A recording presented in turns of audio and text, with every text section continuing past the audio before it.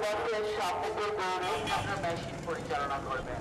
সুপ্রিয় শ্রমিক ভাই বোনেরা ও সম্মানিত স্টাফগণ, যেন আমাদের তো মন অন্যরকম হয়ে গেছে, ভেঙে গেছে। এখন ডিউটিতে যাই তো আমাদের অনেক ভয় হয় যে আমাদের ফ্যাক্টরি নিয়ে এরকম দুর্ঘটনা ঘটে। কেন আমরা চাই যেন সরকার থেকে এটা আমাদের আবদার যেন ভালোভাবে বেতন দিয়া এটা মানে পরীক্ষা করুক, সবারই সুবিধা হবে। আমাদের স্যালারি এখন কম, আমাদের স্যালারি 4,000, কেউ 4200, 4300। আমরা চাই আরও কিছু বেতন বাড়াক, আমরা সুস্থভাবে বাবা মা নিয়ে আমরা বাঁচতে পারি, আমরা চলতে পারি।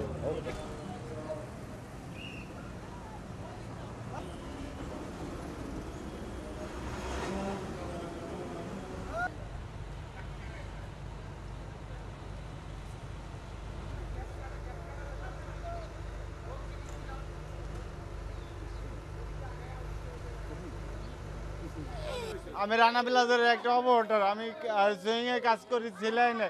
তা আমার স্ত্রী ওই একই ফ্যাক্টরিতে কাজ করতাম, ও ডি লাইনে কাজ করতো।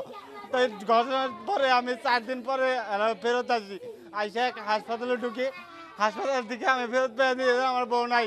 তাই আমার স্ত্রীর আমি খোঁজার লেগে এই জায়গায় আসি। আইসা আজকে 11 দিন পরে আমি তারে পাই। তার কিন্তু মাথার মধ্যে কিচ্ছু পাই না। তার পোশাক দিয়ে আমি চিনতে পারি, কিন্তু আমার লাশ আমার দেয় না। আমার এই কত ব্যবসা করার তোর আমার আর তুই তো নেয় চাই।